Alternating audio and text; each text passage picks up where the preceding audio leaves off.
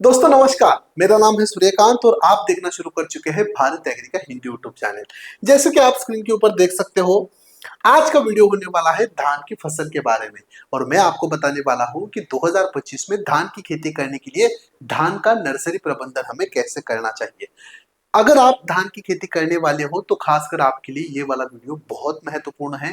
मेरे आपसे एक रिक्वेस्ट है कि वीडियो स्किप ना करें, वीडियो पूरा देखें और वीडियो के आखिर में अगर आपको जानकारी अच्छी लगती है तो इस वीडियो को आपके अन्य धान उत्पादक किसानों के साथ जरूर शेयर कीजिए। चलिए फिर बिना किसी देरी के आज के वीडियो के लिए शुरू करते हैं। सबसे पहले ये देखते हैं कि आखिर इस वीडियो में हम कौन कौन से पॉइंट्स देखेंगे। देखिए, हम देखेंगे कि बीज का चयन हमें किस तरह से करना चाहिए, उसके बाद जमीन की तैयारी कैसे करनी है, बीज उपचार कैसे करना है, बुआई की कौन सी विधि अपनानी है, खाद प्रबंधन कैसे करना है और पानी का प्रबंधन हमें कैसे करना है, ये भी हम आज के वीडियो में देखेंगे। यानी ए टू जेड धान के नर्सरी का प्रबंधन आपको इस वीडियो में देखने के लिए मिलेगा। चलिए फिर सबसे पहले देखते हैं बीज का चयन। देखिए, अर्ली, मीडियम और लेट वैरायटी का सही चुनाव करना चाहिए। अधिक वर्षा वाले क्षेत्रों के लिए जल सहनशील किस्मों का हमें चुनाव करना चाहिए। सूखे क्षेत्रों में कम पानी वाले वैरायटी का हमें चयन करना चाहिए और 100 बीज लेकर हमें अंकुरन परीक्षण करना चाहिए। बहुत जरूरी है सीड जर्मिनेशन टेस्ट करना। कम से कम 80% बीज अंकुरित हो रहे हो तभी हमें उस वैरायटी का, उस बीज का चयन करना चाहिए। ऐसी किस्म चुने जो झुलसा, ब्लास्ट, कीट और अन्य रोगों की लड़ने में सक्षम हो। ठीक है, ये तब बीज का चयन। अब देख लेते हैं जमीन की तैयारी हमें किस तरह से करनी है। भूमि की 2 से 3 बार हमें गहरी जुताई करनी है। मिट्टी दोमट और रेतीली हो जिसमें जल निकासी की अच्छी व्यवस्था हो। नर्सरी का जो बेड है वो हमें 3 से लेकर 5 मीटर लंबा बनाना है, 1 मीटर चौड़ा बनाना है और उसकी जो हाइट है वो दोस्तों 10 से लेकर 15 सेंटीमीटर ऊंची होनी चाहिए। इस तरह से आपको लगभग बेड बनाने हैं। हर बेड के बीच में रास्ता हो, रास्ता और पानी निकासी के लिए अच्छी जगह हो। यानी 2 बेड के बीच में इस तरह से आपको प्रॉपर एक क्या बोलते हैं हम, कतार बनानी है या फिर रास्ता बनाना है जिसके कारण अपने के लिए चलने के लिए भी जगह हो और वहां से पानी भी अच्छी तरह से निकल जाए। यदि खेत में ज्यादा खरपतवार हो तो उसमें 10 से लेकर 15 दिन तक पानी भरकर रखे। इससे खरपतवार और पुराने बीज सड़ जाएंगे। इस तरह से आपको बेड का जो प्रिपरेशन है वो बनाना है। अब आगे बढ़ते हैं और देखते हैं सीड ट्रीटमेंट यानी बीज उपचार के बारे में। देखिए, बीज उपचार में बीजों को हमें 24 घंटों के लिए लगभग ठंडे पानी में हमें भिगोना है। पानी उसमें से फिर बाद में निकालकर उन बीजों को छांव में हमें सुखाना है।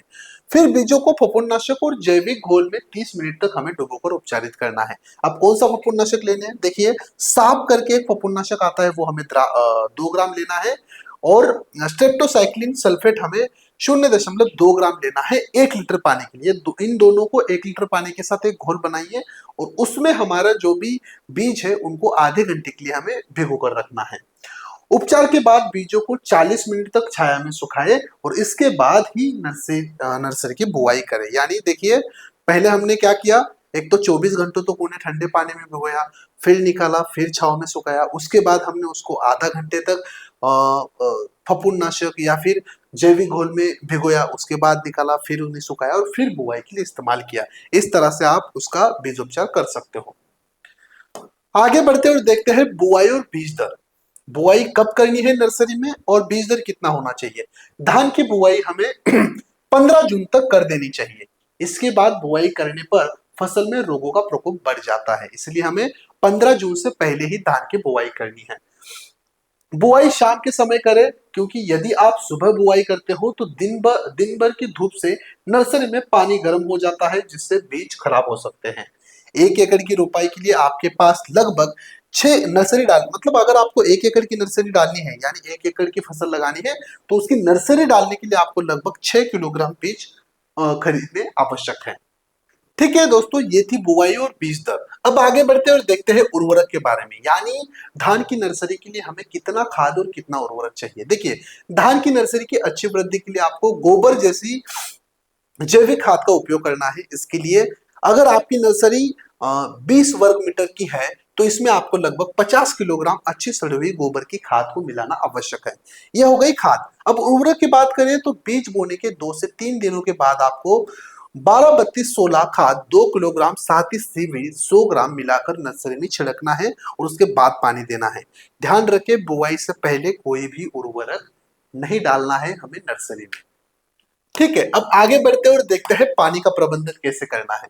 बुआई से पहले शाम को खेत में पानी भरना है और उसी समय हमें बुआई करनी है। अगली सुबह 6 बजे तक सारा पानी निकाल देना है, क्योंकि दिन की गर्मी से अपना पानी गर्म हो सकता है और बीज खराब हो सकते हैं। अंकुर होने तक हल्का पानी शाम को हमें समय देते रहना है, मतलब डेली लेवल पे आपको मॉइस्चर बनाए रखना है अपने पेड़ में।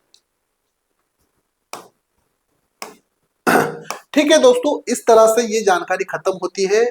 हमने आज के वीडियो में डिटेल में देखा है कि धान की नर्सरी बनाने के लिए हमें किस तरह से A to Z प्रबंधन करना है।